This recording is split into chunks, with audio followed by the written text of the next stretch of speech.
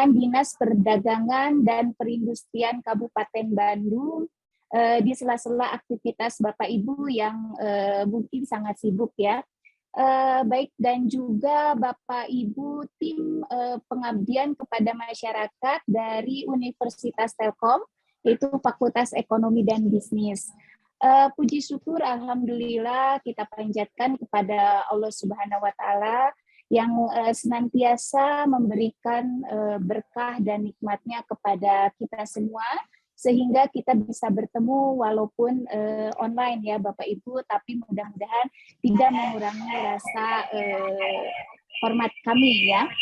Baik, hari ini seperti yang telah diagendakan sebelumnya, akan dilaksanakan program pengabdian kepada masyarakat berupa penyuluhan. Nah, kegiatan ini merupakan kegiatan rutin yang telah diprogramkan oleh Universitas Telkom untuk memberikan pelayanan kepada masyarakat untuk membagikan ilmunya juga. Pada kesempatan ini saya ucapkan terima kasih kepada Kepala Dinas Perdagangan dan Perindustrian Kabupaten Bandung, yaitu Bapak Diki Anugrah, yang telah bersedia menjadi fasilitator sebagai masyarakat sasar program pengabdian masyarakat, dan juga kepada para pemateri dari tim pengabdian masyarakat Universitas Telkom. Perkenalkan, saya Sri Rahayu yang akan memandu berjalannya kegiatan hari ini. Bapak Ibu, kegiatan ini akan diisi dengan beberapa sesi. Pemberian materi akan mengenalkan terkait dengan analisis pemangku kepentingan pasar rakyat untuk pengelolaan berkelanjutan, kemudian pengelolaan keuangan digital, kemudian ada administrasi pembukuan, dan sampai dengan pengelolaan sampah komunal.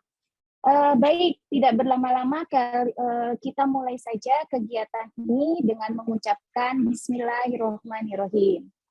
Oke, untuk mengawali kegiatan ini, terlebih dahulu kita akan mendengarkan lagu kebangsaan Indonesia Raya dan dilanjutkan dengan lagu Mars Telkom University.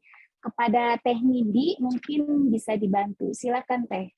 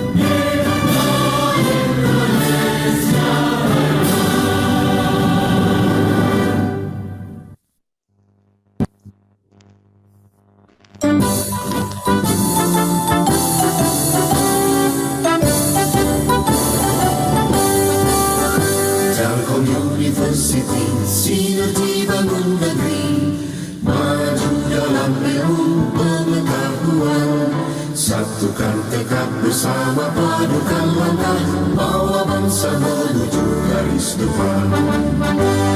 Raih cita rajuk asa, sing-singkan lengan, tingkatkan inovasi, berprestasi, semua demi keluhuran bangsa, masyarakat adil bersejahtera. Laksanakan pendidikan dengan semangat pengabdian, ciptakan kehidupan gemilang. Telkom University, kebanggaan Pertiwi, maju dengan karya, berperan bagi bangsa, bagi Indonesia, bagi dunia.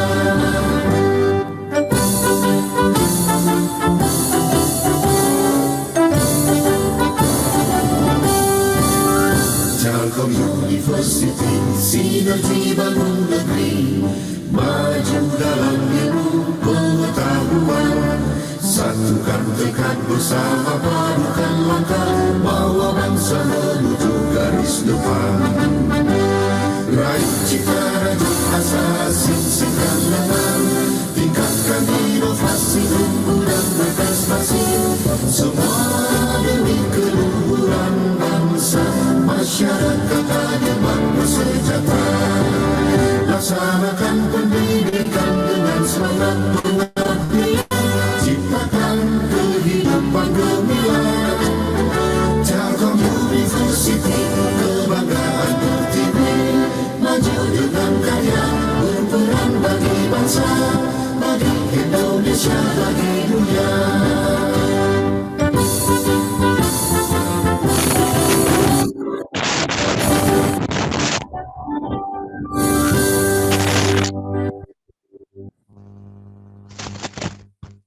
Baik, Kak Dini.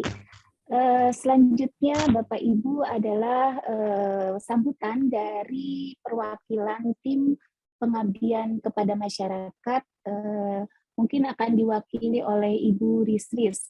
Ibu Risris Ismayani, kepada Ibu saya persilakan.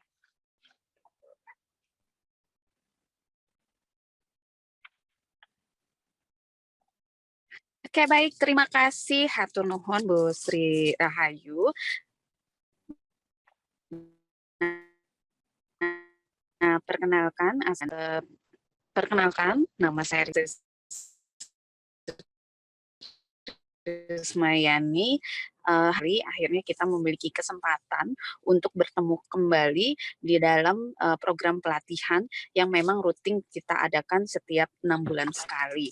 Nah, kemudian juga saya ingin mengucapkan terima kasih kepada Dinas Perindustrian dan juga Perdagangan dan Perindustrian Kabupaten Bandung yang selalu mensupport kegiatan yang dilakukan oleh Telkom University, khususnya terkait dengan program pengabdian masyarakat yang dilakukan oleh kami, tim dosen dari Fakultas Ekonomi dan Bisnis. Kali ini tadi sudah disampaikan juga oleh Bu Sri Rahayu, ada beberapa latihan mulai dari pengelolaan atau manajemen pasar rakyat di Kabupaten Bandung, terus kemudian juga bagaimana administrasi pembukuan keuangan digital bagi pengelola rakyat, dan yang terakhir adalah request khusus spesial materi dari dinas adalah ingin ada materi terkait bagaimana pengelolaan sampah untuk di pasar, karena memang mungkin permasalahan yang sedang dihadapi saat ini adalah itu. Nah, mohon izin terima kasih di sini kepada Kepala Dinas Prati Anugrah SHMSI yang sudah memberikan kami kesempatan memfasilitasi dan juga mendukung terlaksana acara ini. Kemudian juga didukung oleh dibantu juga oleh tim dari Dinas Perdagangan dan Perindustrian. Di sini ada Pak Ence dan juga ada Pak Devi yang memang mensupport kegiatan ini sampai dengan bisa terlaksana hari ini. Kemudian juga saya ingin memperkenalkan sekaligus ingin berterima kasih kepada pemateri kita hari ini. Di sini sudah hadir ada Pak Dodi Tri Cahyono PhD. Selamat pagi Bapak. Halo. Pagi semuanya. Ya. Assalamualaikum. Nah, ini pembicara kita yang pertama, terus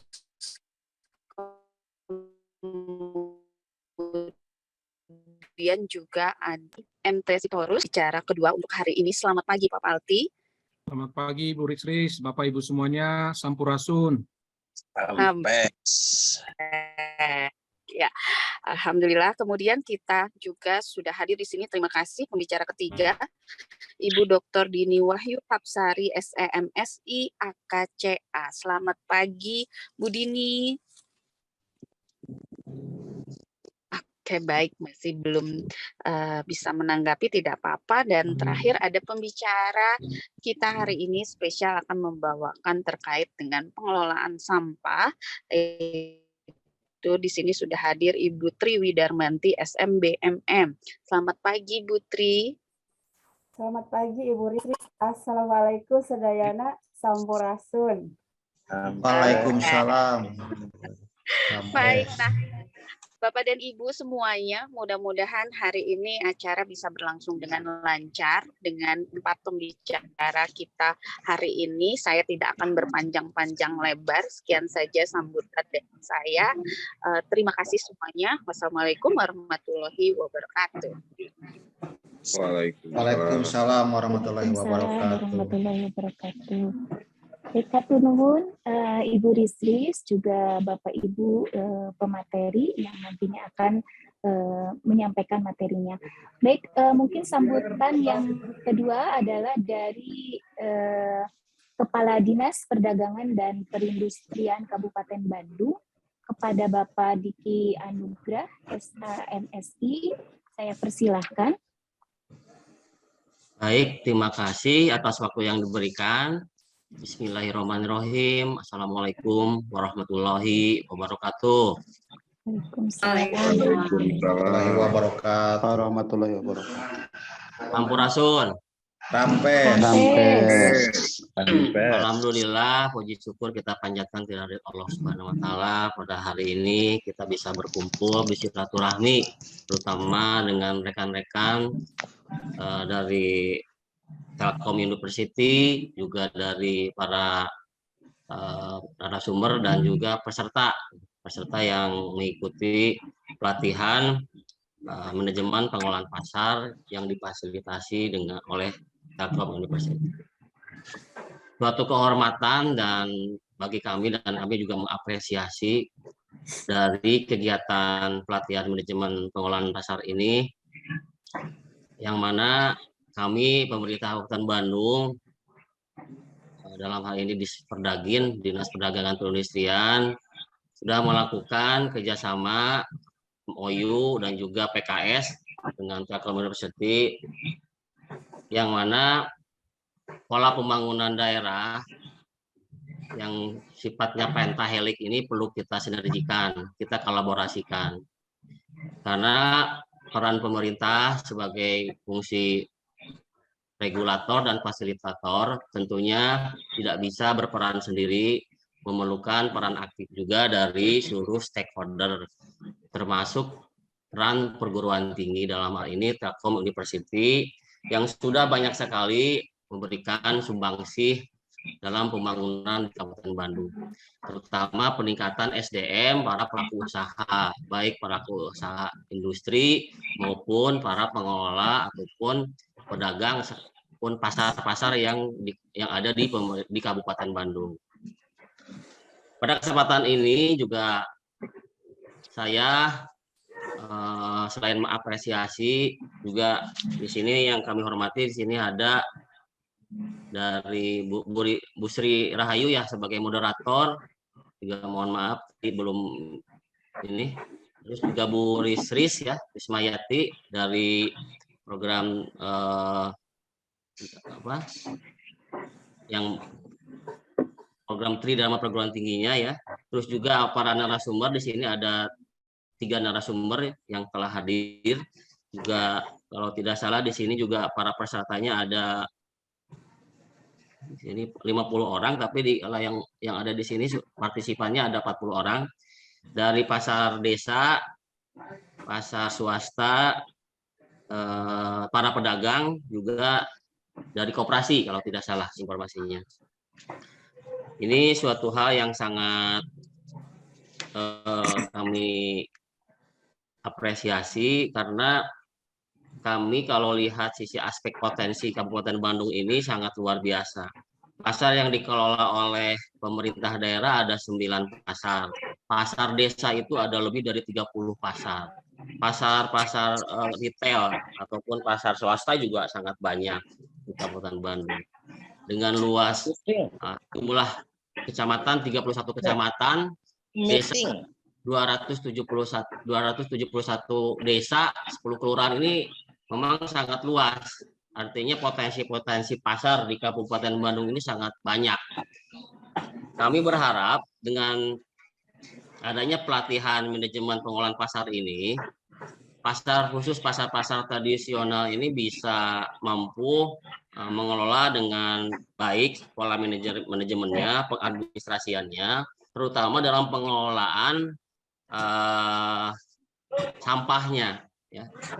Karena ada beberapa persoalan penanganan sampah yang ada di pasar dalam hal sistem pengangkutannya. Karena kalau kita semua sampah-sampah yang ada di pasar ini semuanya diangkut ke TPA, tentunya akan menjadi sebuah persoalan besar karena keterbatasan lahan dan sebagainya dan armada pengangkutannya.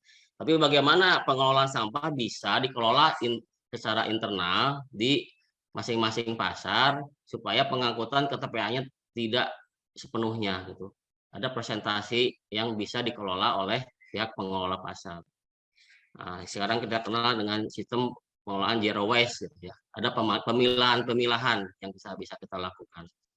Atau pakai destinator yang memang bisa dijadikan bahan bakar ya, gas itu yang bisa kita lakukan. Nanti mungkin dari Ibu narasumber yang bisa menyampaikan secara detail ya bagaimana pengolahan sampah yang benar di pasar. Juga kami berharap juga pasar-pasar tradisional, pasar-pasar desa yang ada di Bandung ini jadi bisa mendorong terhadap capaian ekonomi masyarakat setempat. Jadi membuat pasar itu nyaman ya, tertib ya, dan sehat. Ya, tidak becek, tidak kotor gitu ya. Jadi memang ini persoalan yang selalu kita lihat di lapangan ketika pasar-pasar yang ada di pasar rakyat, pasar desa terkesan tidak sehat. Tetapi kami berharap pasar ini walaupun pasar rakyat tetapi nyaman seperti pasar modern gitu. Jadi yang memang kita harapkan. Jadi tidak harus bentuk bangunannya besar ataupun ini tapi yang penting bersih gitu Pak. Cara pengelolaan sampahnya bisa dilaksanakan dengan benar. Terus juga kesadaran para pedagang pun itu dituntut untuk lebih bersinergi dengan pengelola. Karena kalau kita juga ada standarisasi pengolahan pasar ya, kita melihat SNI ya, pola standarisasi pengolahan pasar yang memang di sini perlu ada pembinaan dari pemerintah daerah. Bagaimana pengolahan pasar dilaksanakan secara benar ya. Dan kami pun berharap teman-teman pasar swasta atau pasar-pasar retail yang ada di Kabupaten Bandung bisa bersinergi dengan pasar rakyat dan pasar desa. Artinya ada kemitraan ya. Kemitraan yang bisa dibangun supaya tidak ego sektoral gitu Pak. Jadi kalau kita berpikir bahwa Kabupaten Bandung ini sangat penuh dengan potensi daerahnya ya, potensi pertaniannya, potensi bahan bakunya yang memang tidak perlu kita risaukan, itu semuanya bisa ditampung di pasar-pasar yang ada di Kabupaten Bandung gitu. Dan kami pun berharap untuk terutama yang retail modern ya bisa menampung komoditi yang ada di Kabupaten Bandung gitu. Jadi tentunya para pelaku IKM khususnya bisa menyimpan barang-barang dagangannya ya di pasar-pasar modern atau pasar retail yang ada di Kabupaten Bandung ini. Jadi sekarang kita tahu bahwa dengan adanya Undang-Undang Cipta Kerja ya, kemudahan berusaha, kemudahan investasi itu sangat dipermudah melalui proses perizinannya. Jadi tidak ada istilah mempersulit perizinan sekarang ini, semuanya berdasarkan sistem ya OSS RBA. Kita sepanjang kelengkapan persyaratannya lengkap, semuanya dilayani dan dikeluarkan izinnya. Jadi kita lebih transparan lagi sisi aspek pelayanan perizinan dalam rangka mendongkrak investasi dan juga IPM di Kabupaten Bandung, daya belinya. Itu mungkin yang dapat kami sampaikan dengan besar harapan semoga program pelatihan manajemen pengelolaan pasar ini bisa terus dilaksanakan kerjasama kami dengan Telkom University, dan hasil dari pelatihan ini teman-teman dari peserta yang ada bisa menerapkan di lapangan. Jadi manfaatnya sangat luar biasa. Mudah-mudahan ini terus bisa dilaksanakan ya secara berkala ya. Kami berharap seperti itu. Dan tidak hanya dari sisi aspek pengelolaan pasar, kami pun sudah melakukan kerjasama ataupun penetangan PKS dalam hal berbagai hal gitu ya. Bisa berkaitan dengan alat-alat produksi IKM, berkaitan dengan manajemen pemasaran produk dan sebagainya. Ini kita perlu sinergikan lebih lanjut. Terima kasih kami sampaikan ini. Mohon maaf atas kekurangannya. Selamat melaksanakan kegiatan pelatihan manajemen pengelolaan pasar. Mudah-mudahan ini bisa dilaksanakan dengan lancar. Bismillahirrahmanirrahim. Kegiatan pelatihan saya resmikan. Dengan mengucapkan Bismillahirrahmanirrahim, kegiatan pelatihan manajemen pengelolaan pasar bersamanya saya buka. Terima kasih. Wabillahi taufik wal hidayah. Assalamualaikum warahmatullahi wabarakatuh. Waalaikumsalam warahmatullahi wabarakatuh. Waalaikumsalam. Baik, hatur nuhun kepada Pak Diki Anugrah, SHMSI. Baik Bapak Ibu, sebelum masuk ke acara pemberian materi, untuk dokumentasi kita akan melakukan foto bersama dulu. Pada Bapak Ibu yang bisa on cam, kami persilahkan untuk on cam dan memberikan senyum dan gaya yang terbaiknya. Mungkin akan dibantu oleh host untuk mengambil. Oke, ini ada 3 slide. Baik, untuk slide yang pertama. Oke, 1, 2, 3. Slide kedua. Slide ketiga. Oke, slide terakhir. Oke. Baik, terima kasih Bapak Ibu semua. Kita masuk ke... Nah, ini ya, saya cari dulu ya, Ibu Tri Widarmanti. Ya, Assalamualaikum warahmatullahi wabarakatuh. Waalaikumsalam warahmatullahi wabarakatuh. Waalaikumsalam. Selamat siang Pak Hadis ya, untuk teman-teman dari Perdagin, juga untuk teman-teman dari pasar desa, pasar swasta, juga pedagang dan koperasi retail yang hari ini sudah bergabung di acara kita ya. Materinya cukup menarik. Kemarin saya dikontak oleh Ibu Risris, bisa enggak katanya share masalah pengelolaan sampah nih, yang kebetulan kegiatan saya selama 6 bulan terakhir itu mengelola sampah komunal di sekitar kampus ya Bapak Ibu. Jadi hari ini sampai bulan Desember itu saya kebetulan melakukan percobaan pengelolaan sampah komunal di 2 desa, Sukapura dan Citerep untuk Kabupaten Bandung. Ini nama saya dari FEB, Prodi Manajemen. Kalau ditanya kenapa dosen manajemen tertarik dengan pengelolaan sampah, itu banyak banget yang tanya. Tapi akhirnya kita bisa memanfaatkan ilmu manajemen di sini ya. Saya izin mulai share materi ya. Ini kemudian saya cari dulu laser. Tadi kalau siapa yang minta Bu, kalau bisa ada lasernya. Nih Bapak Ibu sudah bisa kelihatan lasernya? Ya. Udah ya? Oke. Dah kelihatan Bu. Nah, lasernya goyang-goyang ya Pak ya? Ya, goyang-goyang terus. Bapak Ibu, ini adalah pemandangan kita sehari-hari, betul ya? Tuh. Betul, Bu, di pasar seperti itu ya. Betul. Aduh, Betul, Bu, gimana betul. caranya Bu Betul bisa sekali. nggak sih bersih gitu ya? Bisa nggak sih nggak tahu? Ini kan pasti ada lindi, ada banyak sumber penyakitnya. Puluhan bapak-bapak yang di atasnya. Kita harus berterima kasih sama orang-orang yang bersedia untuk naik pemilahan sampah. Lanjut lagi. Nah, ini kenapa penting dari sudut pandang Perdagin mungkin ya sama teman-teman pengurus. Kan Ibu tiasa dimut sakedapnya dari Prohos. Ya, terima kasih. Nah, kenapa pengelolaan sampah ini menjadi penting? Karena kalau dikelola dengan baik, itu nanti akan masuk ke dalam kriteria penilaian Smart City, Bapak Ibu ya, termasuk dimensi Smart Environment katanya gitu.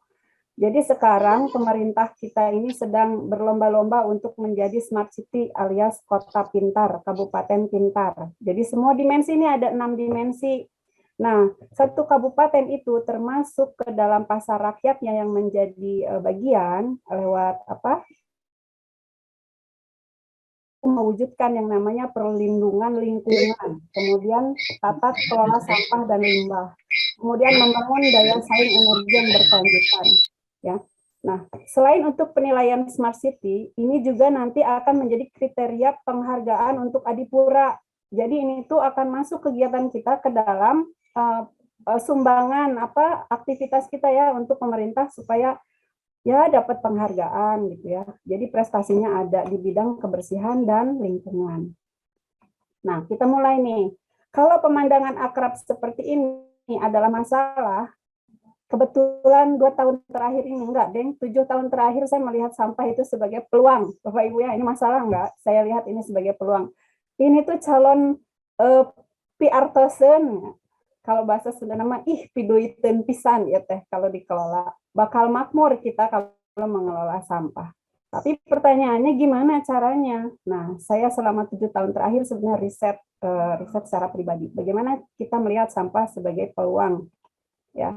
Nah, kalau kita lihat dari Kementerian Perdagangan aja dulu. Semua inline kegiatan kita itu ya. Ini dasar hukumnya nomor 7 tahun 2014. Saya belum update siapakah ada yang baru ya. Jadi tetap salah satu manfaat yang dituju itu adalah pasar yang bersih, sehat, aman, dan nyaman. Kenapa? Karena kaitannya akan banyak orang yang datang ke pasar, ada bisnis banyak di situ, ada peredaran uang di situ, ada perekonomian yang harus terwujud ya di pasar rakyat itu. Jadi sekarang tujuannya berpikirnya adalah bagaimana mewujudkan pasar yang bersih, sehat, aman, dan nyaman. Bagaimana caranya? Kumaha Bu? Iya teh, dah sesah. Ya tahu saya sesah. Tapi butuh usaha ya Bapak Ibu ya. Nah, kemarin ketika perjalanan selama 7 tahun itu, melihat ini kendala yang dihadapi pasar rakyat secara umum.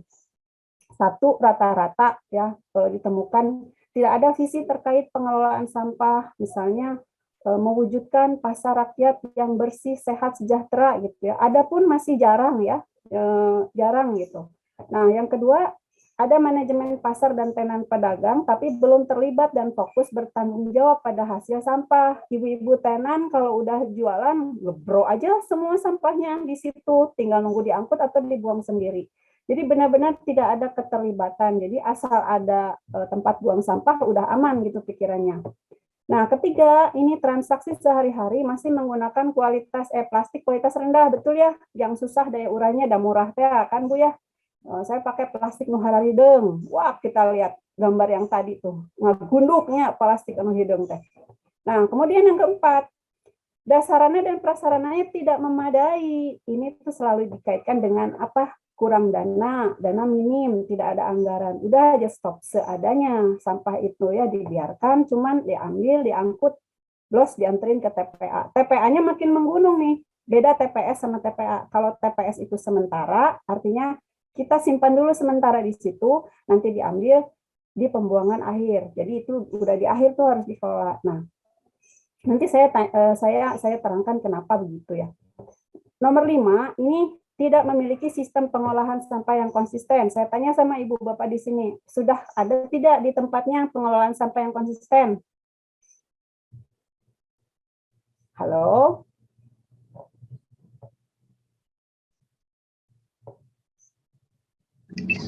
Sudah ada? Di set unmute soalnya tadi banyak. Ya, belum ada pasti ya. Jadi buang sampah ada tapi belum. Ya, Bukan belum ada, belum sempurna, Bu. Sempurna, ya. Jadi pengen sempurna Ya. caranya ya. Kumaha caranya supaya optimal ya. Nah, sampah ini tidak dipilah, sudah ada Bu sistemnya, tapi tidak dipilah baik. Jadi ujungnya seperti tadi di gambar yang awal ya. Jadwal pengangkutan sampah tidak tentu. Udah Bu, kumaha nu ngangkutna eta mah kalau lagi mood diangkut, kalau enggak ya kita nungguin gitu ya. Nah, kemudian hasil pengumpulan retribusi ini kan kita diambilin pasti ya, ditagihin uang sampah gitu. Tetapi hasilnya tidak digunakan untuk pengelolaan sampah. Jadi untuk meningkatkan pengelolaan sampah sehingga tenan-tenan teh tidak ada apa? Dah saayana. Jadi saya juga tidak bisa optimal dalam mewujudkan ini. Ujungnya jadi salah-salahan ini. Da pengurusnya, da tenannya, da lingkungannya, ya banyak alasan sehingga ya di ujung itu. Nah, kemudian saya mau cerita dulu. Ada hierarki pengelolaan sampah Bapak Ibu, tapi memang di Indonesia kita belumlah menemukan pengelolaan sampah yang optimal yang tadi ya, itu mah ideal, kondisi ideal, dan perjalanannya pasti akan sangat panjang.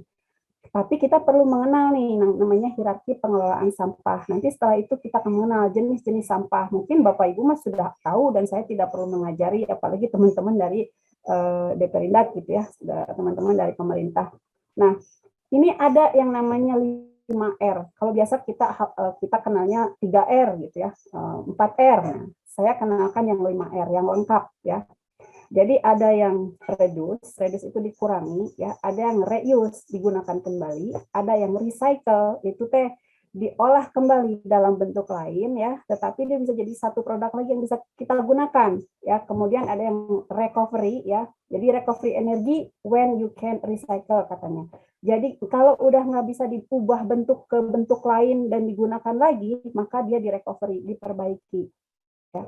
Nah, yang terakhir ini adalah disposal, artinya ada jenis sampah yang memang harus dilenyapkan dari muka bumi ini karena tidak bisa diolah.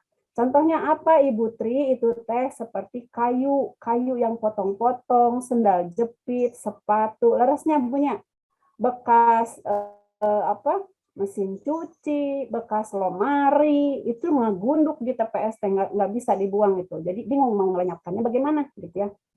Nah, kemudian setelah kita pahami ini ada hierarki pengelolaan sampah. Ini masing-masing ternyata ada strateginya. Nanti kita nyambung sama pengelolaan sampah di bawah ya.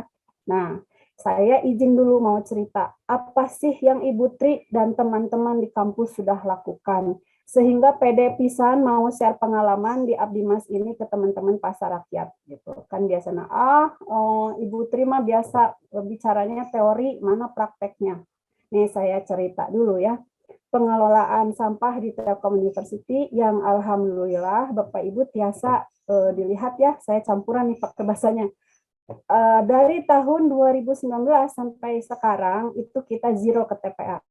Artinya Telkom University sudah tidak membuang sampah ke TPA. Sampah itu benar-benar diolah, jadi zero, nol. Kita tidak jual, kita tidak buang ke TPA. Jadi tidak ada biaya kebersihan yang kita bayar sama RW, ya kan kita ngikut ke RW nih sebagai universitas yang letaknya di antara Sukapura dan Citerep. Nah, ini sistem pengelolaan sampah yang dilakukan di Telkom University itu bagaimana? Katanya gitu ya. Dimulainya dari apa? Yaitu memilah Bapak Ibu di kampus itu. Nanti kita bandingkan dengan apa yang ada di pasar. Barangkali bisa nih sinergi gitu ya. Ada yang hanya 3 aja kita definisikan. Satu adalah organik. Organik itu apa Bu? Organik itu adalah sampah yang bisa membusuk ya. jadi daging, sayur ya dan sebagainya. Pokoknya yang bisa membusuk itu kita kategorikan organik. Organik ini gimana Bu mengolahnya? Ini bisa ada caranya. Nanti saya akan share satu file lagi untuk Bapak Ibu baca, terutama untuk pengurus ya. Ini organik ini kita bisa olah menjadi satu kompos ya, menjadi pupuk, tapi itu ada prosesnya lagi. Nah, dan kedua adalah melalui budidaya maggot. Mungkin Bapak Ibu sudah kenal tuh ya. Maggot itu apa? Nanti kita lihat bareng-bareng ya. Nah, yang kedua adalah sampah anorganik nih Bu. Sampah anorganik ya Bapak Ibu itu bisa dijual kembali ya. Artinya anorganik itu tidak diurai, tidak mengurai, tidak membusuk ya. Jadi ini banyak jenisnya mulai dari kertas, plastik juga banyak jenisnya, nanti kita kenali satu-satu ya. Tapi nanti di abdi mas yang lain. Kertas, plastik, besi, kayu, pokoknya semua yang masih bisa di reuse and recycle. Biasanya seperti itu. Nah, satu lagi saya masukkan di sini yang versi disposal. Yang versi disposal ini yang tadi saya cerita, ada sampah yang benar-benar tidak ada untuk diolah gitu, tapi harus dilenyapkan. Nanti ini hanya bisa dibantu oleh insinerator ya. Jadi insinerator itu semacam mesin yang mesin pembakaran sampah tetapi dia ramah lingkungan. Makanya di sini insinerasi berwawasan lingkungan, pembakaran tanpa asap. Sampah yang nggak bisa diolah itu dimasukkan ke dalam mesin itu, mesin tersebut namanya insinerator, kemudian dibakar, tetapi airnya itu diambil sama uap ya, kemudian mulak aja itu di dalam, pokoknya nggak ada keluar asap. Jadi kita aman lingkungan. Nah ini kan kalau kita punya insinerator, itu insya Allah tidak akan ada polusi asap yang keluar, karena selama ini yang kita lakukan hanya apa? Pembakaran ya, jadi kita kumpulkan, kita bakar jadi abu, udah selesai. Tapi kita suka lupa bahwa dari hasil pembakaran itu kita menghasilkan banyak polusi udara. Nah, dari 3 ini yang dilakukan oleh Telkom University adalah, di Telkom University kalau Ibu Bapak main ke tempat kami, itu banyak sekali pohon. Nah, kalau pohon itu berarti banyak daun-daun yang berjatuhan, ya. Kalau itu berarti tiap hari kami itu mengangkut sampah daun. Kalau tidak diolah akan jadi banyak itu sumbangan kita ke TPS daerah Citerep sama Sukapura. Jadi kami melakukan pengolahan sampah terhadap sisa-sisa daun yang berjatuhan, ranting, daun dan sebagainya kita sapu ya. Kita kumpulkan, kita olah menggunakan alat penghancur ya. Ini ya Bapak Ibu, tapi saya lupa nih masukin. Kita jadi di kampus miara kambing Bapak Ibu ya, ada 14 kambing kami datangkan dari Garut, itu khusus kami ambil kotorannya untuk dicampur ke dalam kompos. Jadi ini kompos, daun itu dimasukkan ke dalam bata terawang supaya cepat matang itu ya komposnya, kemudian nanti dipanen, ini dicampur oleh sekam sama kotoran kambing. Jadilah produk kompos hijau. Bapak Ibu nanti kalau mau beli kompos ke kami aja ya, ke Kompos Telyu, silahkan diakses di Instagram ini IG-nya ya, kompos_Telyu. Nah, ini satu bungkusnya sangat murah sekali Bapak Ibu, antara 4.000 sampai 5.000. Jadi Bapak Ibu beli 20 buat tanaman hias di rumah, boleh mampir aja ke Telyu atau hubungi nanti saya, nomor teleponnya nanti di belakang ya. Yang kedua, ini adalah bagaimana dengan sampah anorganiknya Bu Tri. Nah, di kampus ini sudah dikumpulkan kayak dus, kertas dan sebagainya.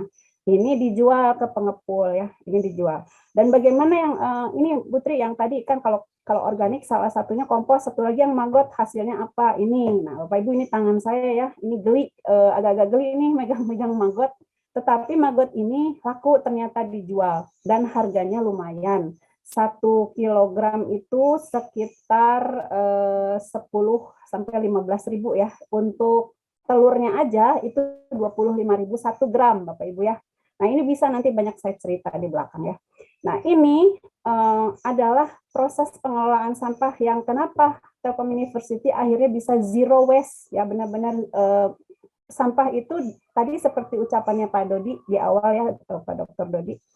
Beliau kan bilang kalau zero waste itu seharusnya tidak menghasilkan sampah ya, gitu kan. Jadi sampah itu jadi 0. Nah, betul sekali, karena itu sudah dipraktekkan di Telkom University. Bapak Ibu, Masya Allah, sampah itu 3 ton. 3 ton itu per hari ya. Ini sampah daun aja diangkut pakai mobil bak. Itu itu ada 3 ton. Ini sehari bisa beres bersih Telkom University. Kemudian dari sampah sisa makanan per hari dari kantin aja ini ada 50 sampai 100 kg ton. Ini per hari Bapak Ibu ya, bayangkan kalau tidak dikelola ini akan semakin menggunung luar biasa dan udah aja bau kalau datang ke Telkom University. Nah, ini sampah anorganik ini adalah yang ini dus ini ya Bapak Ibu bisa lihat dus ya, ini ada kaleng dan sebagainya, ada beling, kaleng, besi, dus, kertas. Ini 1 sampai 1,5 ton per hari. Bayangkan dari aktivitas kerja aja di universitas itu sumbangan sampahnya sehari bisa dijumlah 3 ton tambah 100 kg ya. Ini ada tonnya. Tambah lagi 1,5 ton sehari. Wah, itu banyak banget kalau kita lihat di depan mata. Tapi kemudian diolah jadi zero. Nah, ini yang saya ceritain ya. Pengolahan sampah anorganik ini dipilah dan dikumpulkan. Nah, Bu Tri tadi kan bilang katanya ini penghasilannya ada, alhamdulillah. Tapi karena kita menjual kompos itu dengan sangat murah, ini sudah lebih terjual sekitar 25.000 bungkus ya. Dan kemudian dari dus ini per hari aja Bapak Ibu ya, kita bisa jual sekitar 750 sampai 800.000 ke pengepul, itu hasil per hari. Bayangkan. Kalau pasar yang notabene banyak sekali sampah anorganiknya itu bisa jadi uang kembali dan untuk memakmurkan tenan dan pengurus dan pasar itu kalau dikelola insya Allah akan banyak berkahnya ya. Ini yang dilakukan oleh Telkom University. Mungkin Bapak Ibu sekarang udah mulai punya gambaran. Nah, kemudian saya mau cerita, Bu, maggot yang kayak gimana sih? Dan kenapa sih maggot itu selain kompos ya? Kenapa sih maggot itu menjadi spesial untuk penyelamat bangsa dari sampah gitu? Saya bilang bangsa karena kita memang pada akhirnya harus bekerja sama dengan makhluk Allah yang lain ya. Selain hablum minanas gitu ya. Hubungan kita dengan sesama manusia, kita juga harus minta pertolongan ke makhluk Allah yang lain, yaitu salah satunya adalah lalat ya. Ini namanya black BSF ya, Black Soldier F ya, saya tiba-tiba lupa. Ya pokoknya BSF ini tuh jadi dibilangnya tuh sebagai tentara gitu ya Bapak Ibu ya. Ini lalatnya itu lebih besar dari lalat biasa yang kita suka temuin nempel-nempel di makanan, bukan lalat hijau, tapi memang lalat besar. Kalau kemarin saya bicara itu di sini mah dibilangnya itu lalat kebo ya, yang suka ada di kotoran kambing. Nah ternyata dia itu potensinya banyak sekali, dari proteinnya tinggi ya sampai 42%. Nah, kemudian ini kandungan aja, tapi kita garis bawahi aja satu, protein sama kalsium. Ini kita lagi ajukan apakah ini halal atau haram gitu ya. Ini kita lagi ajukan karena kemarin saya browsing itu udah ada rupanya yang bikin peyek dari ini maggot. Jadi apakah itu boleh dimakan sama manusia gitu ya. Dan kemudian kemarin juga saya dapat info bahwa ini tuh bisa ditepung, dibikin tepung, kemudian dimasukkan ke dalam pil dan diminum oleh para binaragawan untuk membesarkan otot-ototnya ya. Iya, gitu kan Pak ya. Jijai makan larva, kalau kita bilang apa sih Pak? Ini teh bilatung ya. Kalau bahasa kita main itu bilatung gitu.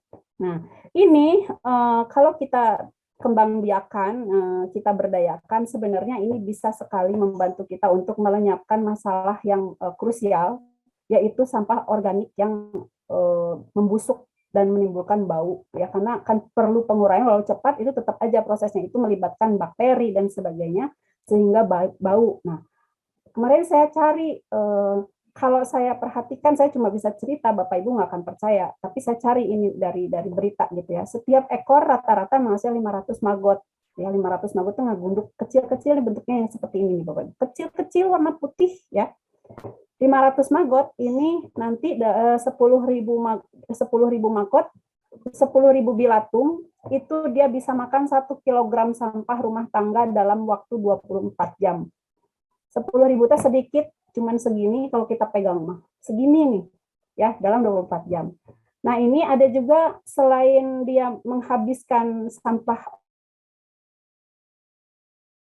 maggot ini nanti jadi pupuk, dicampurkanlah ke pupuk yang tadi dibuat kompos. Jadi benar-benar sinergi dimanfaatkan. Selain kita akhirnya punya kambing ya. Ini sebelah ini ada kolam lele nih Pak, di sebelah rumah maggot ini. Jadi Habis dari maggot, saya kasih makan ke lele. Lelenya besar-besar, jadi nanti bisa botram gitu ya. Nah, di pasar juga nanti seperti itu bisa. Jadi ada acara botram gitu untuk kesejahteraan tenan dan pengurusnya. Luar biasa dia bekerjanya si maggot ini. Makanya mamahnya dipanggilnya BSF ya, soldier gitu. Black soldier fly gitu kalau bahasa Inggrisnya. Jadi lalat tentara warnanya hitam. Nah, saya izin, bisa nggak ya? Ini mesti. Saya izin, bisa di-play enggak ini? Nggak bisa. Kenapa nggak bisa di-play? Harusnya ini bisa di-play ya. Sebentar.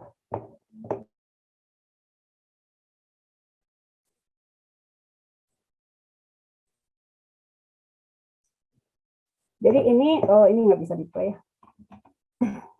Jadi ini tuh gambar yang ini muka saya lagi megang ini harusnya. Jadi Bapak Ibu bisa lihat. Ini tuh gambar yang memperlihatkan bahwa ini sampah dari kantin ya. Sampah dari kantin ini coba saya skip dulu. Oh, ini bisa. Nah, ini sampah dari kantin Bapak Ibu ya. Tuh.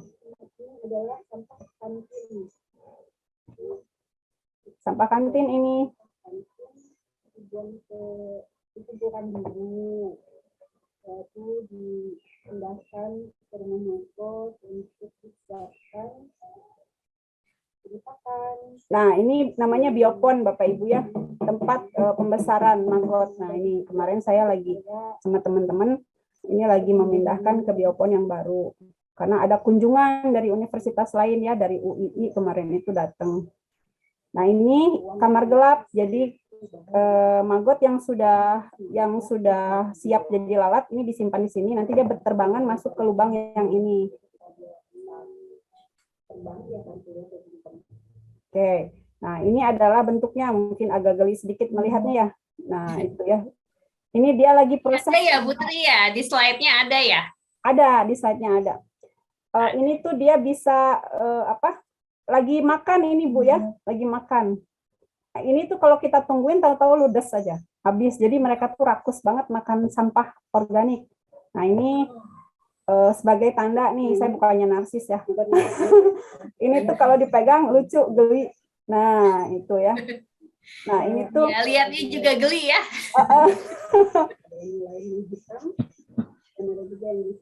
Nah, tapi ini berdaya ekonomi tinggi. Ya. Baik. Nah, ini ya. Ini berdaya ekonomi tinggi, kita bisa jual, bahkan lumayan pendapatannya gitu. Dan kita juga kemarin sudah saling berkirim maggot nih antar universitas ya, ada yang ke UI kemarin itu, ada yang ke ITTS Surabaya, kemudian ada yang ke ITS.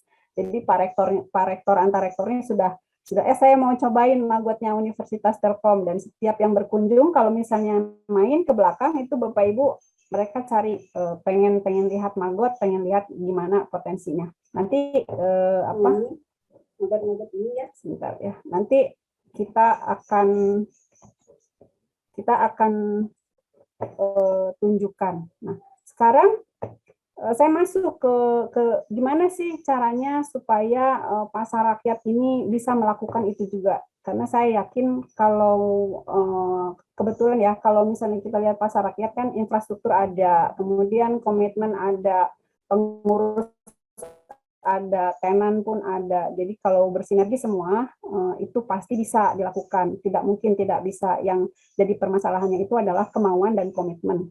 Nah, kita berangkat dulu nih ke permasalahan ya. Ini adalah kita balik dulu ke teori ya Bapak Ibu. Ini adalah proses pengolahan sampah sebenarnya. Dari timbunan sampah nih.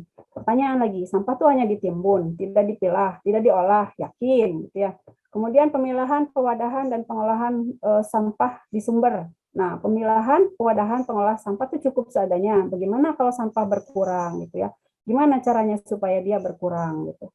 Nah, ini ada setelah pemilah, ini ada pengumpulan, kemudian ada pemindahan, ada pemilahan dan pengolahan. Kemudian ini baru pengangkutan dan pembuangan air nih. Jadi ini mah orang luar, eksternal tadi yang kata Pak Dodi di awal itu bercerita bahwa kita tuh harus kerjasama sama eksternal ya. Jadi ada stakeholder yang bisa mewujudkan semua itu. kita bekerjasama dengan pemerintah, dinas kebersihan gitu ya untuk enggak ini sisa sampah diangkut, tetapi sudah berkurang karena di dalam sudah kita olah. Jadi ini cita-citanya adalah sampah diangkut ke TPA itu berkurang. Ini cita-cita nasional Bapak Ibu. Jadi kita turunkan menjadi cita-cita provinsi, menjadi cita-cita kota, kabupaten, dan turun sampai ke wilayah RT ya. Jadi pembuangan akhir gitu.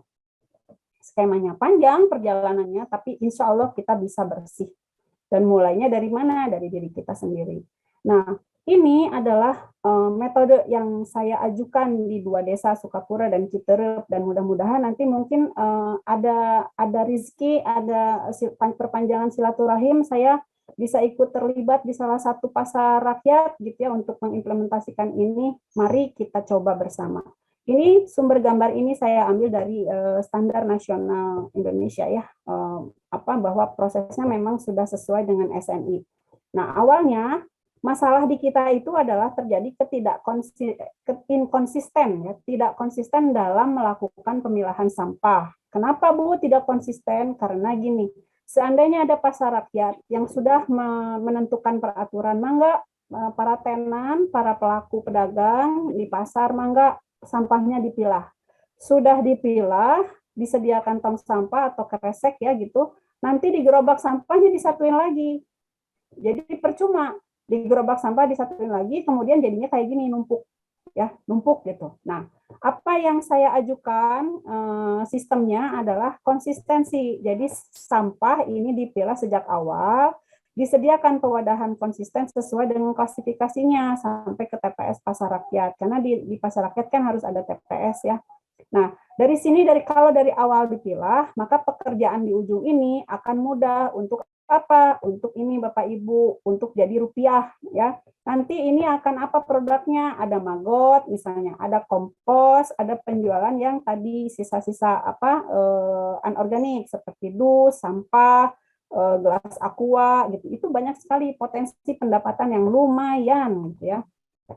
Nah, nanti kalau dari TPS karena sampahnya sudah berkurang, sudah kita olah lagi, jadi tujuan kita tercapai, menyumbang sampah lebih sedikit atau sampai kepada zero. Jadi udah kosong, mangga TPA mah sudah tidak kebagian sampah ya, karena kita semua sudah olah dan sudah putar lagi jadi uang ya.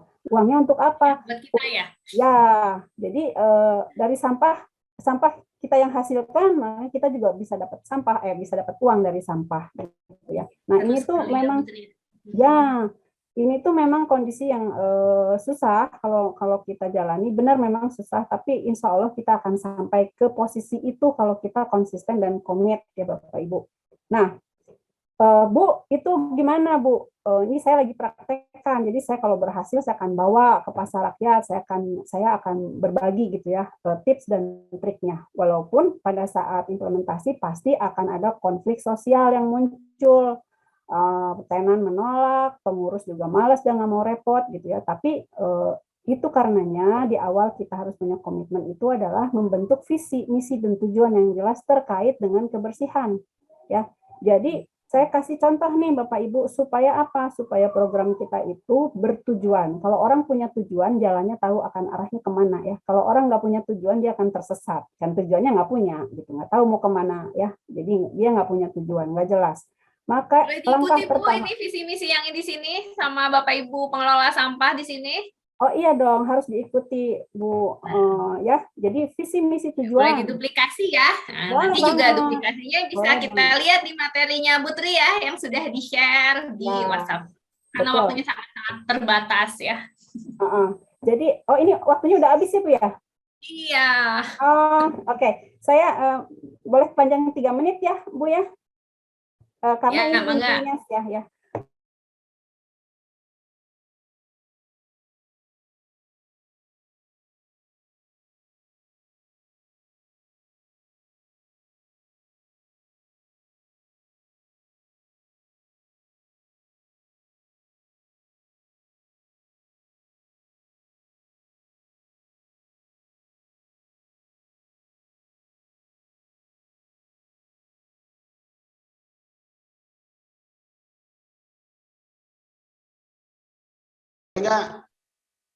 Kenapa Pak? Pengen bertanya hampir ke semua nih. Ke semua boleh, nanti saya sebutkan namanya. Silakan Pak ditulis di kolom chat. Jadi saya kolom mau chat gimana sih? memperkenalkan dulu ke Ibu Susi Nurhayati. Ibu Susi Nurhayati. Mungkin Ya. ini Ibu mau bertanya ke siapa nih, Bu? Pak Palti siapa? Ke Pak Palti. Silakan Bu, langsung ditanyakan ke Pak Palti. Mangga. Apa dampak positif jika keuangan digital diterapkan di pasar rakyat? Kolom chatnya mana ini? Mengingat kendala utamanya adalah minimnya kemauan pedagang dan pembeli, dan juga belum tentu pedagang dan pembeli punya HP yang support melakukan keuangan digital. Nah, itu mungkin langsung boleh dijawab ya oleh Pak Palti ya. Oke, Silakan baik, Pak terima Palti. kasih ya, terima kasih Bu Susi Nurhayati ya. Ini dari Soreang. Kalau saya lihat dari data saya barusan saya cek ya Bu ya, itu pengguna digital keuangan finansial digital di Soreang itu, Soreang ya, bukan pasarnya ya. Soreang itu termasuk dia adalah nomor 5 di Kabupaten Bandung nomor 5 ya, artinya masih di bawah nih. Padahal dia adalah di ibu kota kabupatennya. Artinya kita masih punya peluang Bu Susi dalam penerapannya. Sekarang dampak positifnya apa? Dampak positifnya pertama adalah selalu tercatat. Itu kan karena di dunia digital apapun yang kita lakukan di digital selalu tercatat. Itu yang pertama. Kemudian yang kedua, gampang kita trace. Ini uangnya ada di mana? Kapan datang gitu kan? Atau kapan masuknya? Kemudian yang ketiga, kita akan mengurangi yang disebut dengan middleman. Middleman itu adalah agent. Agent ini yang paling berat bagi pedagang-pedagang, apalagi pedagang pasar. Ketika ada middleman, maka harganya akan naik. Kalau harganya naik, maka si pedagang itu sulit untuk menjualnya karena pembelinya memikirkan mana middleman yang lebih kecil. Tetapi kalau kita menggunakan digital, pasti adalah kita bisa mengurangi harga yang akan kita jual. Barangkali begitu Bu Susi, tapi saya percaya ketika Pak Bupati kita Pak Dadang Nasir sebelumnya, kami sering bertemu ya, Pak Bupati kira-kira apa roadmap-nya ke depan gitu ya. Nah, kita mulai dari Soreang katanya itu, tapi saya nggak tahu apakah terjadi atau tidak sekarang. Kita mulai dari Soreang. Soreang ini akan kita buatkan semacam ini ya, semacam apa namanya, semacam outlet gitu ya, outlet untuk memudahkan orang menggunakan yang disebut dengan digital finance ya, digital finance atau kita sebut dengan fintech yang tadi. Demikian Bu Susi. Tapi percaya bahwa kalau kita lihatkan di pemerintah Kabupaten Bandung ya, mereka punya program dari Dinas Kominfo mempunyai program menggalakkan yang disebut dengan digital ekonomi ini, digital ekonomi melalui financial ekonomi. Oke, demikian Bu. Ya, begitu ya Bu Susi ya. Gimana Bu Susi? Oke ya Bu Susi ya. Ini masih unmute soalnya Bu Susi ya. Ya Bu. Nah, Pak Palti, nah sekalian ada pertanyaan di layar juga. Bagaimana bisa mengetahui fintech itu resmi diawasi OJK? Baik, terima kasih Bu Siti ya. Tentang fintech, ya memang kalau kita buka di ojk.go.id, kita cek aja di sana fintech dia itu betul-betul dia terdaftar atau tidak gitu. Kita cek aja sederhana saja, ojk.go.id. Nah, itu sudah pasti ada di sana nama-namanya gitu. Demikian Bu. Nah, jadi tinggal dicek ke websitenya ojk.go.id ya. Nah, langsung klik nama fintechnya juga nanti keluar. Apakah betul atau tidak, ada nomornya dan sebagainya. Betul Bu Adila. Tanya Pak Palti. Betul. Nah, mungkin pertanyaan selanjutnya dari Ibu Sarah Ayu. Ada Ibu Sarah. Halo Ibu. Ibu Sarah Ayu. Ibu Sarah. Ya, hadir. Siapa Ibu? Ya, Bu. Ini kayaknya Ibu Sarah lagi nonton bareng ya? Ya, nonton bareng. Ya, salah satu mungkin bisa di-off-kan dulu ya, suaranya biar jelas. Nah, mau tanya ke siapa Ibu Sarah? Saya mau nanya ke yang tadi pemateri pelatihan administrasi pembukuan bagi pedagang pasar. Bu Ya. Mangga dijawab Mbak Nindi atau siapa, share screen-nya tolong ke pertanyaan tadi. Bu Dini? Ada Bu Dini?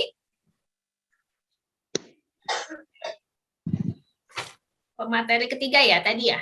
Ya, Bu Dini. Nah, mangga Bu Dini. Budin? Nih sepertinya Budinnya udah nggak apa-apa, di akhir aja lah kayaknya ya Bu. Ya mungkin dijawab oleh siapa? Ayo Dodi siapa? Ya? Pak Dodi ada? Boleh pertanyaannya dulu saja Bu Adila. Nah, pertanyaannya bagaimana cara supaya konsisten membedakan uang pribadi dan uang bisnis? Nah, mungkin tadi timnya Bu Dini ya, bisa dijawab oleh Bu Sri ya. Bu Sri, silakan Bu Sri. Ini pertanyaan dari Bu Sarah, bagus sekali. Oke, baik. Terima kasih Bu Sarah atas pertanyaannya. Ya, Saya Ibu. akan coba bantu jawab. Untuk bagaimana cara kita membedakan atau kita memisahkan uang pribadi dengan uang bisnis, kita intinya ini adalah harus disiplin begitu ya. Jadi kalau misalkan Bu Sarah nih dari kegiatan dagangnya atau bisnisnya, itu misalkan kalau untuk membeli baju misalkan ya, atau untuk dapur misalkan. Nah, itu kita harus disiplin bagaimana misalkan kita sebagai bekerja misalkan ya di kantor. Nah, misalkan dari tadi Bu Dini sudah menjelaskan kita bisa menghitung laba rugi baik tiap minggu ataupun tiap bulan. Nah, dari tiap minggu misalkan Bu Sarah menyisihkan, saya juga bekerja kan untuk mengembangkan bisnis saya. Oke, Bu Sarah sisihkan misalkan seminggu 1 juta misalkan ya, itu untuk keperluan dapur atau keperluan pribadi Bu Sarah. Nah, jadi Bu Sarah jangan misalkan, wah hari ini penjualannya besar nih gitu ya, sehingga udahlah ambil aja nih hari ini gitu. Jangan ya Bu, jadi itu harus disiplin. Nah, adapun misalkan nanti lebih pada saat hariannya begitu, nanti kan Bu Sarah bisa investasi gitu ya, atau mengembangkan bisnis yang lain atau mengembangkan bisnis yang sudah ada gitu Bu. Jadi kuncinya adalah disiplin. Nah, misalkan itu bisa dilaksanakan dengan perencanaan keuangan yang sederhana gitu ya. Jadi Bu Sarah bisa merencanakan, oh saya pengeluarannya segini gitu ya. Nah, sehingga setiap minggunya berapa, nah itu bisa diambil di dari hasil daripada bisnis Bu Sarah gitu ya. Jadi kuncinya harus disiplin Bu. Jadi kita harus mencatat, oh ini misalkan kalau Ibu dagang ya, dagang misalkan menggunakan mesin gitu ya, atau misalkan blender. Ini blender punya di rumah dengan blender punya perusahaan, itu kita harus bedakan gitu. Begitu Bu. Ya. Untuk teman-teman yang lain lah bisa diserap ilmunya dari perwakilan Bu Dini dari Bu Sri ya. Ya. Oke, terima kasih Bu Sarah. Mungkin terima kasih juga Ibu Sri. Ya, memang kita harus rada disiplin Bu. Ya. Ya Bu. Baik. Ya. Terima kasih Bu Sarah dan juga Bu Sri. Terima kasih juga Bu Agila. Sami-sami Ibu. Mangga, penanya selanjutnya Bapak Tauhid. Bapak Tauhid, mangga di open mic-nya.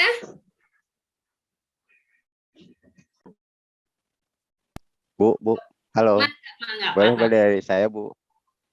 Oh, maaf tadi saya tuh Bu Pak Tauhid dulu mungkin. Assalamualaikum. Ada Bu. Ada. Punten Pak, nanti giliran Ya. Bapak. Asep ya. Ini Tauhid Bu. Mayun. Saya dari Cicalengka Bu. Kebetulan saya pedagang kelontongan. Saya ingin bertanya beberapa pertanyaan, mungkin ini bisa saja ke semua pemateri Bu. Boleh ya Bu ya? Mangga Pak, mangga. Halo. Pemateri yang pertama itu ke Pak Dodi. Tadi Pak Dodi menyinggung mengenai engage dan juga other influence. Yang saya lihat ini Bu, di pasar-pasar itu engage-nya baik dari pengelola ataupun dari pedagang itu kurang terhadap pasar yang dilakukan. Pertanyaan saya, bagaimana menumbuhkan engage itu bagi pengelola dan juga bagi pedagang itu sendiri? Itu cara yang saya minta dijelaskan ke Pak Dodi ya. Pak siapa tadi Pak? Pak Dodi, Ya, Pak Dodi. Pak Dodi. Kemudian yang kedua, saya lihat dari Messi ke Pak Dodi, ini pertanyaan saya lihat dari pengelola itu kan ada manpower-nya, ada pekerja-pekerjanya. Kayak ini ada influennya yang kurang bagus. Karena ternyata kalau saya lihat mereka bekerja itu seolah-olah tidak ada aturan main untuknya. Jadi mungkin saja code of business conduct-nya ini kurang diterapkan kepada karyawannya. Ini yang saya minta juga, bagaimana supaya code of conduct business yang dilakukan oleh perusahaan pengelola pasar itu, yang ditunjuk oleh UPTD-nya, itu mampu dijalankan oleh oleh pimpinannya. Mungkin ini saya berbicara top to down. Saya minta caranya saja, mudah-mudahan bisa disimak sehingga itu bisa dilakukan oleh pengelola itu sendiri. Yang kedua ini dari ke Pak Palti ya Pak. Pak Palti, yang kita khawatirkan mengenai keuangan yang berkaitan dengan digital itu kemarin ada juga teman saya atau saudara saya itu yang emailnya itu dikorup oleh orang yang lain sehingga masuk ke 4 negara. Nah, saya bertanya itu adalah bagaimana untuk men-save agar email yang pada handphone yang kita punya itu tidak tidak dikorup oleh orang yang lain. Itu udah sampai 4 negara, Pak. Ini saya minta bagaimana caranya supaya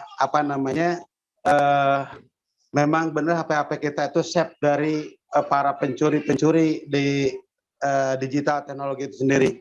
Kemudian ke Bu Dini, kalau saya punya warung itu, punya toko itu, saya melihat description produk saya itu banyak.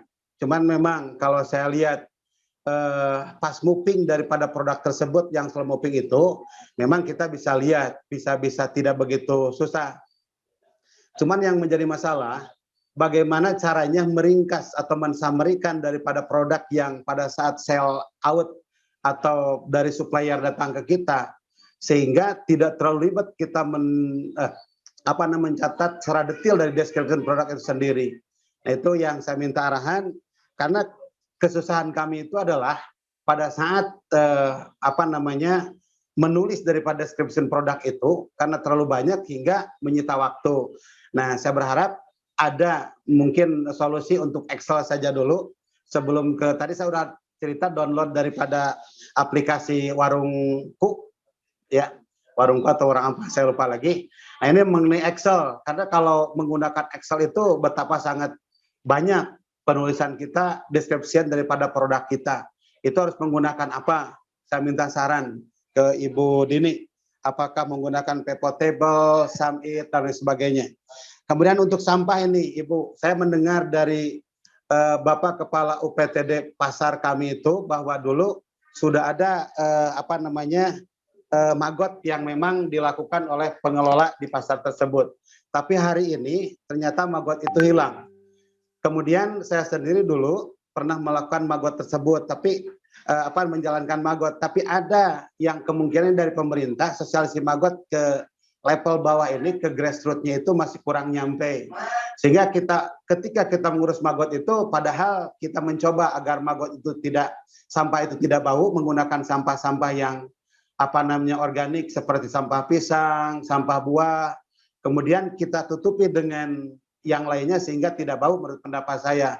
Tapi kemudian ada dari beberapa level kepemerintahan itu menganggap itu bau. Nah, sehingga kami stop hal itu. Dan terus harus bagaimana ke Ibu Tri ya, Ibu Tri untuk menghilangkan bau tersebut sehingga sampah itu tidak tercium bau oleh masyarakat sekitarnya. Karena satu sisi kami tidak punya tempat yang luas, tidak punya tempat di tempat yang seperti jauh dari masyarakat tersebut. Saya minta solusi-solusi itu, Bu. Nah, mungkin itu saja dulu karena pertanyaan yang satu sangat banyak sekali, tapi berhubung yang lain juga ada pertanyaan, itu saja, Bu, sementara. Betul, betul. Semoga kita waktunya cukup ya. Terima kasih Pak Ya. Tauhid untuk pertanyaan-pertanyaannya. Mungkin saya pertama ke Pak Dodi dulu ya. Pak Dodi, pertanyaan pertama katanya. Pertanyaan ada 2 nih untuk Pak Dodi, menurut Pak Tauhid. Bagaimana untuk menumbuhkan engagement antara pengelola dan pedagang, dan yang kedua adalah terkait tadi stakeholder tadi ya, pemangku kepentingan ya, sebaiknya cost on the Mangga Pak Dodi. Oke, nuhun Bu Aldila. Wah, saya harus appreciate dulu nih Pak Tauhid, pertanyaannya mencakup semuanya ini. Oke Pak Tauhid. Jadi gini, kalau dalam konteks organisasi seperti pasar, memang kita stakeholder-nya banyak mungkin ya, yang berkepentingan dengan pasar itu banyak. Nah, bagaimana kita mengelola yang berkepentingan ini, pihak-pihak yang berkepentingan menjadi kunci sebetulnya. Sehingga kemudian manfaat yang dirasakan dengan keberadaan pasar ini maksimal buat semua orang. Gitu ya. Walaupun memang ada juga sih yang negatif, kita nggak bisa hindari itu. Nah, salah satu cara untuk meningkatkan engagement sebetulnya simple Pak, dan kita sudah melaksanakannya gitu ya. Kuncinya sebenarnya komunikasi Pak. Ya, jadi engagement itu siap. Hand in hand dengan komunikasi. Nggak mungkin kita melakukan engagement tanpa komunikasi. Nah, pertanyaannya adalah komunikasi yang seperti apa begitu Pak ya? Nah, ya betul Pak, betul Pak. Ya, komunikasi yang paling ideal untuk di pasar harusnya komunikasi yang informal. Jadi kombinasikan antara komunikasi formal dan informal. Mungkin malah lebih banyak informalnya begitu. Ya. Jadi misalnya ajak ngopi bareng, ngopi atau ngabako lah, itulah kira-kira.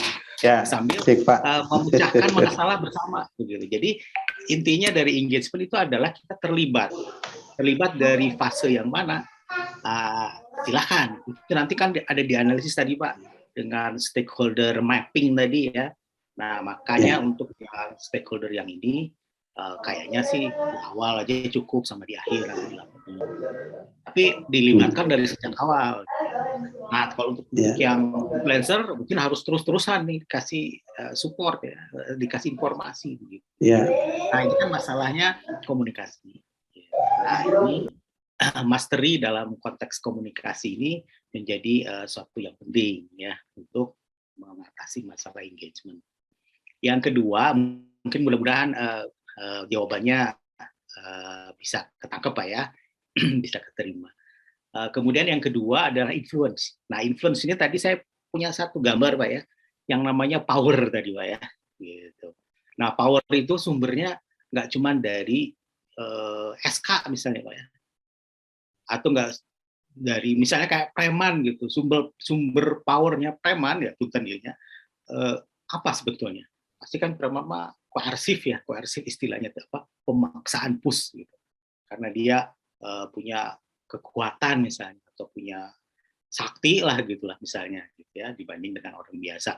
Nah, atau keberanian yang lebih tinggi daripada orang biasa, kira-kira begitu.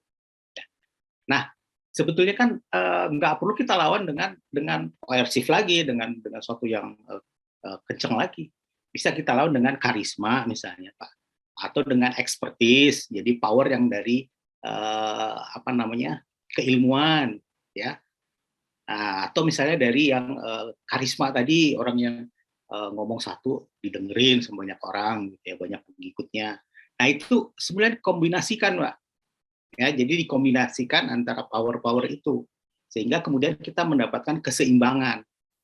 Nah, disinilah mungkin perlu dianalisis tadi ya, dianalisis satu-satu. Kira-kira kalau powernya seperti ini, lebih tinggi, apapun sumber power tersebut, maka apa yang harus kita lakukan?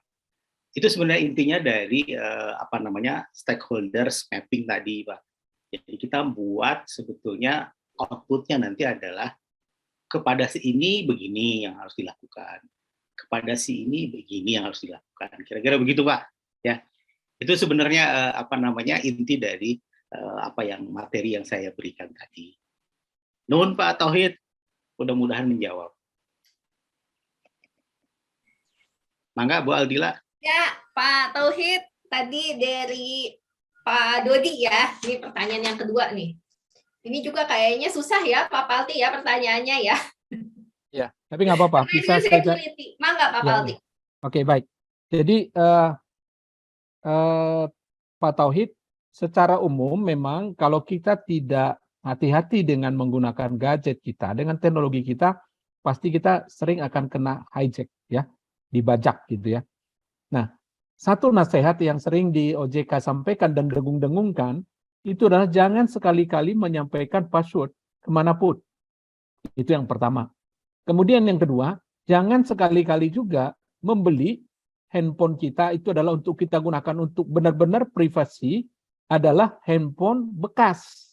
Nah itu Pak, handphone bekas. Jadi biasakan kita memulai itu adalah dengan handphone yang baru. Kalau kita benar-benar untuk kita gunakan itu adalah yang sifatnya itu privasi dalam arti keuangan. Karena ketika dia sudah menjadi handphone bekas, walaupun dia murah, gitu ya, walaupun dia murah, bisa saja bahwa IMEI Bapak itu sudah ditangkap, sehingga bisa di-mirror, Pak.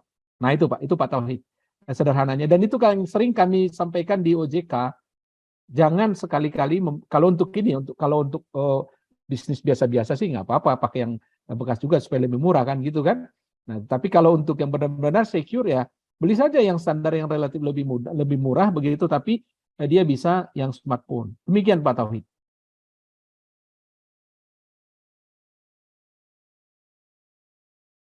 Saran yang tadi sarannya Pak Palti itu bersumber dari OJK, jadi bisa diikuti juga mungkin oleh Bapak Ibu semua yang ada di sini. Kita ke pertanyaan selanjutnya ya Pak Tauhid ya. Semoga sudah puas. Pertanyaannya ke Bu Dini tadi itu. Bu Dini, ada Bu Dini? Kalau nggak ada, mungkin saya bisa ini ya, coba menjawab ya pertanyaannya dari Pak Tauhid ya terkait dengan tadi bahwa pedagang itu nggak mau menyita waktu untuk menulis karena sesuatu tuh semuanya harus dicatat katanya. Nah, sementara untuk mencatatnya itu butuh waktu. Nah, kebetulan kami dari tim Telkom University, terutama ini timnya Bu Rislis, itu membuat suatu aplikasi. Jadi kalau Bapak sudah punya aplikasi buku warung, nah mirip-mirip seperti itu. Jadi yang bisa di-download, Bu Rislis dan tim itu membuat aplikasi terkait dengan pengelolaan keuangan, ya, pencatatan keuangan. Nah, ini versinya masih versi beta. Jadi mungkin dari Bapak Ibu kalau ada kendala atau ingin ini pencatatannya tuh biar gampang gitu. Nah, bisa masukkan juga kepada Bu Rislis dan tim pengennya seperti apa. Jadi nanti atau dicoba dulu aplikasinya. Aplikasinya masih versi beta, nanti mungkin di-share juga ya di WhatsApp group. Dan kalau pengen lebih ringkas lagi, ada masukan. Ini kan langsung ya praktisi nih.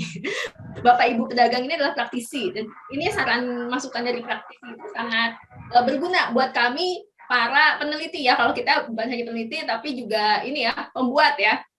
Nah, nanti dari kita bisa diketemukan, tadi kalau kata Bapak tuh engagement gitu ya, nah ketemu, biar kita saling menanggapi, saling membuat aplikasi ini bisa dipergunakan dengan lebih baik, dan tadi bisa lebih cepat, gitu ya, nanti bisa dikomunikasikan via WhatsApp group, nanti aplikasinya bisa bayar juga.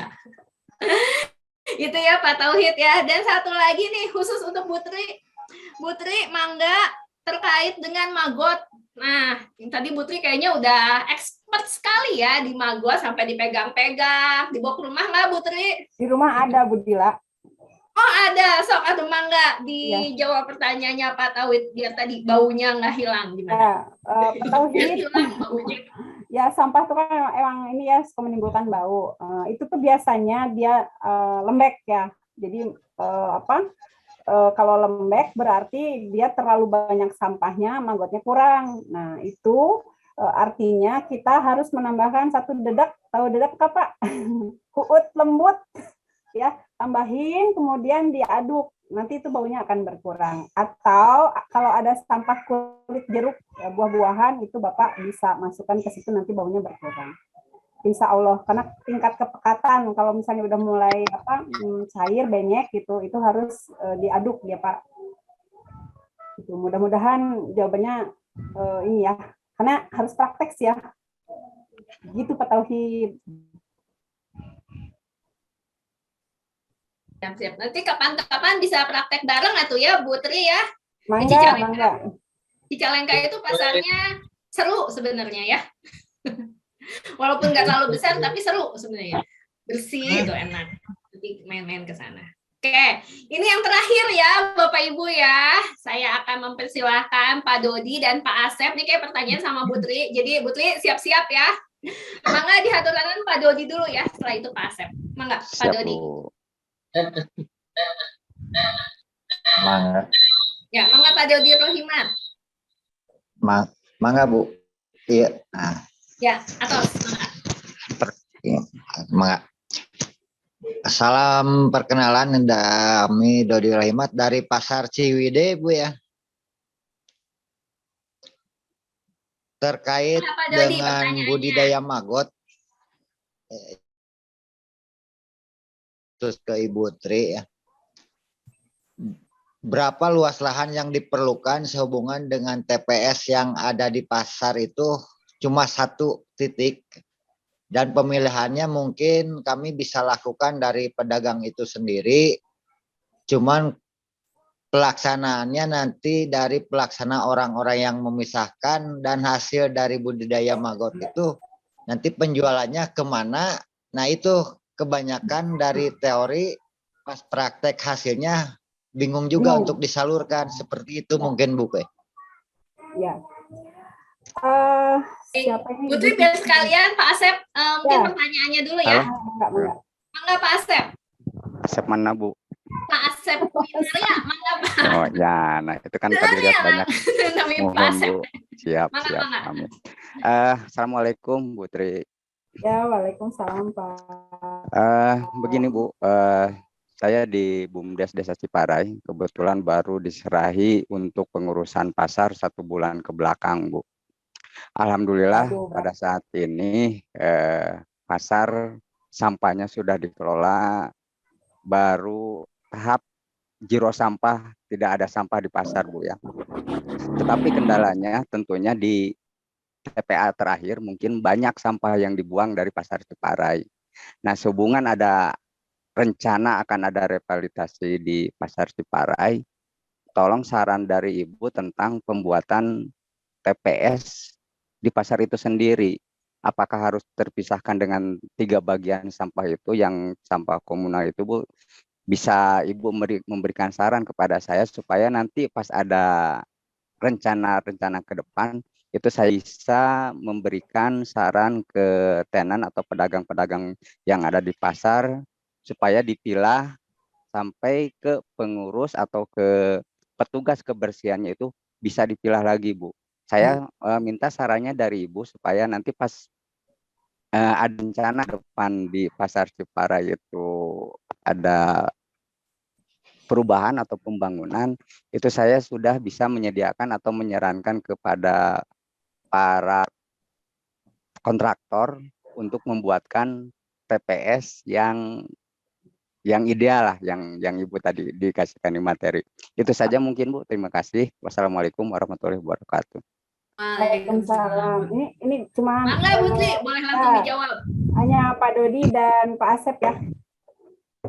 Baik. Untuk Pak Dodi dulu ya. Pak Dodi Bu, saya tuh sudah nyobain maggot gitu ya, tapi nggak tahu nih jualnya kemana. Ya, itu permasalahan yang memang setiap orang Pak pada saat punya maggot ya. Jadi maggot itu kan banyak turunannya, produknya banyak. Nah, dijualnya gimana Bu? Tadi sebenarnya ada di 1 kotak tadi yang saya lihat. Bapak nanti unduh file yang dibagi di grup ya. Nanti Bapak lihat namanya bisnis model. Gitu. Nah, di situ ada kemana aja kita jual Pak. Ya. Nanti belajarnya marketing digital juga, digital marketing, bisa jual lewat Facebook, Bapak gabung ke forum BSF Magot Kabupaten Bandung, di situ ribuan orang udah join. Bapak ngepost aja pasti ada yang beli. Karena saya juga sering beli dari situ. Berarti kan bisa beli, jual beli di situ. Bikin di Tokopedia, mangga Bapak search Magot seueur Pak, jualan, tiru, amati, tiru, dan modifikasi caranya. Ya. Kemudian nanti Bapak bekerja sama sama misalnya saya ya.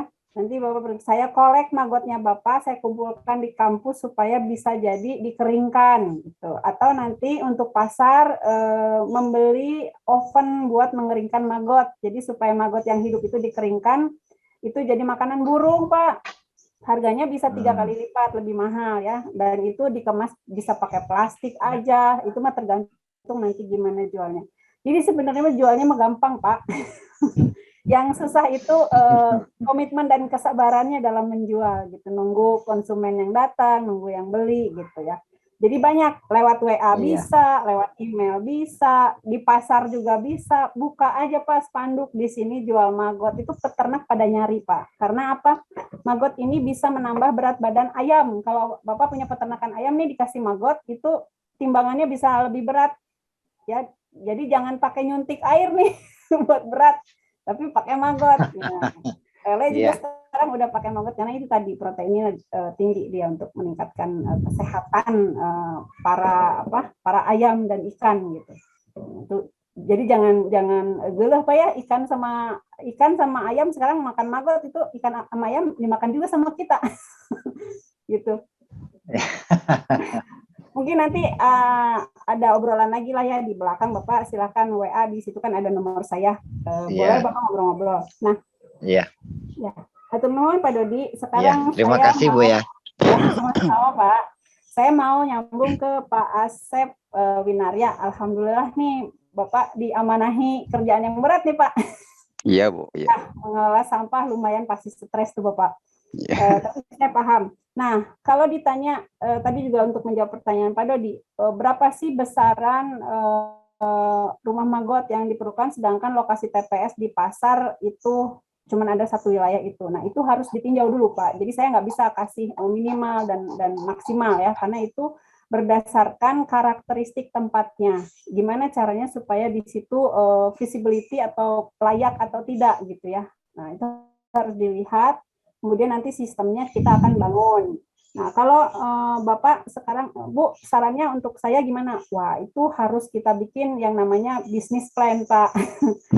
Nah, kalau itu programnya sudah pemerintah, berarti nanti akan kerjasama dengan pemerintah. Misalnya kalau yang sekarang ini saya kerjasamanya dengan pihak Kotaku, Pak ya, dari BKM, gitu ya, Badan Kegiatan Masyarakat. Nah, itu bekerja sama, jadi konsultan dan saya itu saling berdiskusi untuk mewujudkan si TPS 3R ini bisa punya sistem pengelolaan sampah komunal yang fit and proper untuk lokasi tersebut. Jadi itu tidak bisa Pak kita samakan, kita samaratakan gitu ya Pak perilakunya.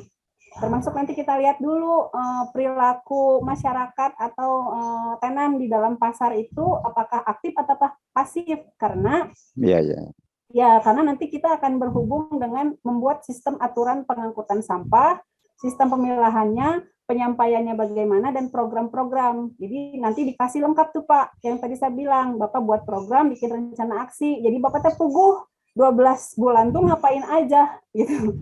Januari ngapain, Februari ngapain, Maret ngapain gitu. Dan tujuannya itu adalah sistemnya terbangun gitu Pak. Sudah tergambar Pak ya. Jadi saya bisa nih jawab pertanyaan Bapak. Saya sebaiknya gimana? Karena saya harus tahu dulu masalahnya Bapak itu apa. Jangan-jangan solusi yang saya kasihkan hari ini tidak tepat justru gitu. Ya sementara sih Bu, untuk mengedukasi warga pasar saya juga sudah berusaha ya untuk pemilahan sampah supaya sampah yang organiknya itu sudah bisa terpisah gitu Bu, untuk sementara. Tapi rencana kedepannya itu mungkin saya harus konsultasi dengan Ibu lebih panjang jauh ya Bu. Ya, nanti kita sambungkan dengan dinas terkait, dengan pemerintah terkait yang bisa bantu sama-sama kita bergerak ya, karena kan kita perlu bekerja sama. Saya quote Pak Dodi nih, kita harus sinergi ya. gitu. Sinergi nih pasar rakyat, pemerintah dan universitas gitu, Pak. Iya, iya, iya, iya. Ya, terima kasih Ibu atas Aduh, jawabannya. sama-sama Mungkin Pak walaupun Asep. abi teh acan puas da ninggal kondisi sampah na anu tetap seueur Mohon. wae penyumbang sampah ke TPA besar gitu Bu. Ya, Iya. kalau di TPS-nya sudah sedikit, tapi mungkin menyumbang sampah ke TPA-nya besar gitu. Ya, ya, berarti tujuannya masih belum tercapai Pak ya, tapi Iya. cita-citanya alhamdulillah sudah Iya, iya ada. Bu. Ya. Disyukuri Terima kasih Bu. alhamdulillah, Pak. Alhamdulillah. Mangga Pak. Mangga Iya, Bu Dila. baik, Bapak Ibu. Iya, terima kasih juga Bu Tri. Bapak Ibu, karena waktu kita terbatas ya, jadi sesi tadi materi, diskusi, dan tanya jawab kita akhiri sampai di sini. Terima kasih semua atensinya. Dan acara selanjutnya akan saya kembalikan kepada MC. MC ini Ibu Sri Rahayu. Mangga Bu Sri, hatur nuhun. Baik, hatur nuhun Ibu Aldila sudah berkenan menjadi moderator untuk pagi hari dari pagi sampai siang ini ya. Baik Bapak Ibu, dengan berakhirnya tadi pemberian materi diawali dari pembukaan, terima kasih kepada Pak Diki, kemudian khususnya Bapak Ibu peserta pengabdian kepada masyarakat. Saya sangat memberikan apresiasi kepada Bapak Ibu yang sudah semangat ya dari pagi sampai siang. Banyak pertanyaan yang pastinya belum terjawab, tapi silakan Bapak Ibu di grup saja karena sudah ada grupnya. Mangga nanti kami bantu jawab. Dan mudah-mudahan nanti akan terjalin kembali silaturahminya ya, sehingga ilmunya dapat diaplikasikan ya, dapat bermanfaat untuk kita semua. Saya ucapkan terima kasih kepada para pemateri. Tadi ada Pak Dodi, Pak Palti, kemudian ada Bu Dini juga Bu Tri yang sharing tentang magotnya, ngeri-ngeri sedap ya Bu. Terima kasih. Nah, Bapak Ibu tadinya door prize-nya akan dipilih dengan 4 orang saja. Tapi karena Bapak Ibu semuanya sudah semangat, jadi kami berikan door prize-nya untuk para penanya semuanya. Jadi nanti ditunggu saja semuanya dapat door prize ya untuk bagi para penanya. Baik, saya tutup kegiatan hari ini. Terima kasih, salam sehat selalu, jangan lupa bahagia. Terima kasih kami dari tim pengabdian Fakultas Ekonomi dan Bisnis Universitas Telkom. Mengucapkan terima kasih, sampai jumpa kembali. Assalamualaikum warahmatullahi wabarakatuh. Waalaikumsalam. Bapak Ibu, mohon maaf lahir dan batin. Assalamualaikum. Waalaikumsalam warahmatullahi wabarakatuh. Waalaikumsalam warahmatullahi wabarakatuh. Sampai jumpa.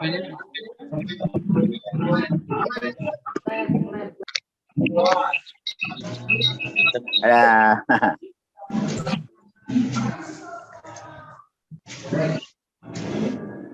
Jangan lupa daftar hadirnya diisi ya Bapak Ibu. Ya, udah Bu. Ya, siap. Hatur nuhun. Halo, Bu, daftar hadirnya di mana, Bu? Ada di linknya, di chatnya Pak. Tapi kalau sudah diberikan kemarin daftar hadirnya sudah aman. Di chat WA Bu itu Bu? Mohon di chat Zoom Pak. Diklik di ada. Ya. Yang pengutusan Bu ya. Mohon di chat.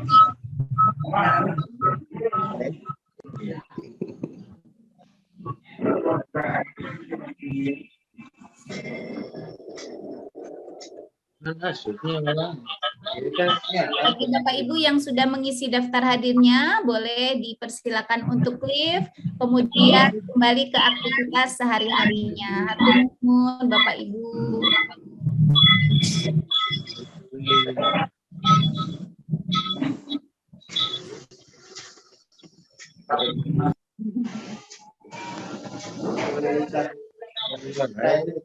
Iya ya.